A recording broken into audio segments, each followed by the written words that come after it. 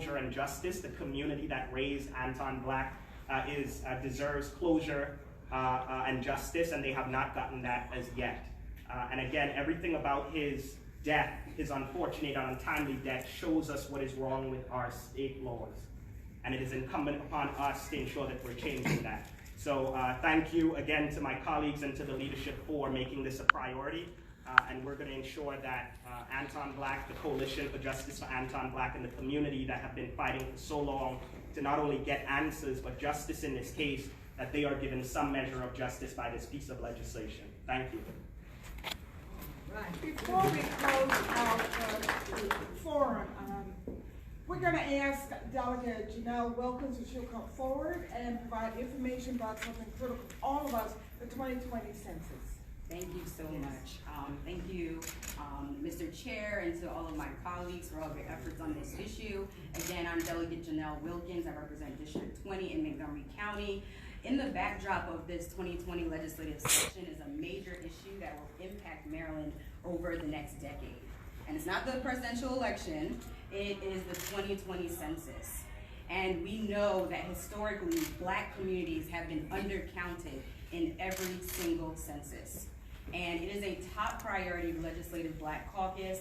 Every single member stands together around ensuring that every member of our community, every Black resident and also every resident of Maryland is counted in the 2020 census.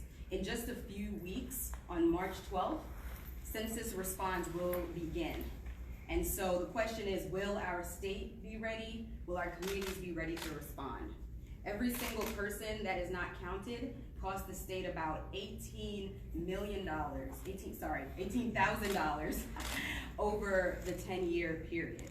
And so it's critical that our resources, whether it's our schools, making sure we have the adequate funding, our free and reduced lunch programs, our transit projects, our roads, this is just absolutely critical to our communities. So I'm proud to chair our efforts around the census and redistricting. And the Black Caucus stands together and united around prioritizing the 2020 census and our efforts around fair redistricting. Thank you.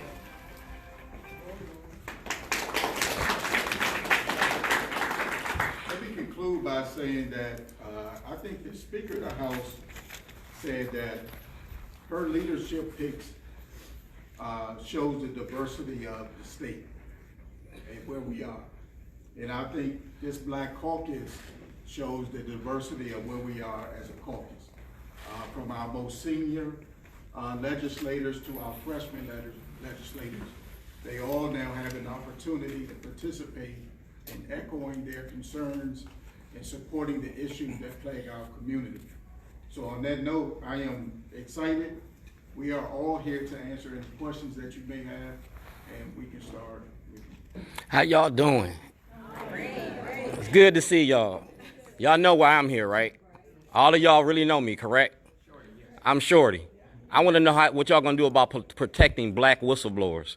Y'all talking about corruption and crime. I've been blowing the whistle on Baltimore City and Baltimore County since 2007. They locked me up and charged me with terrorism. You know what I'm saying? So we talking about Governor O'Malley's administration. Mr. Bridges know me, don't you? You remember me from Governor O'Malley's administration, don't you?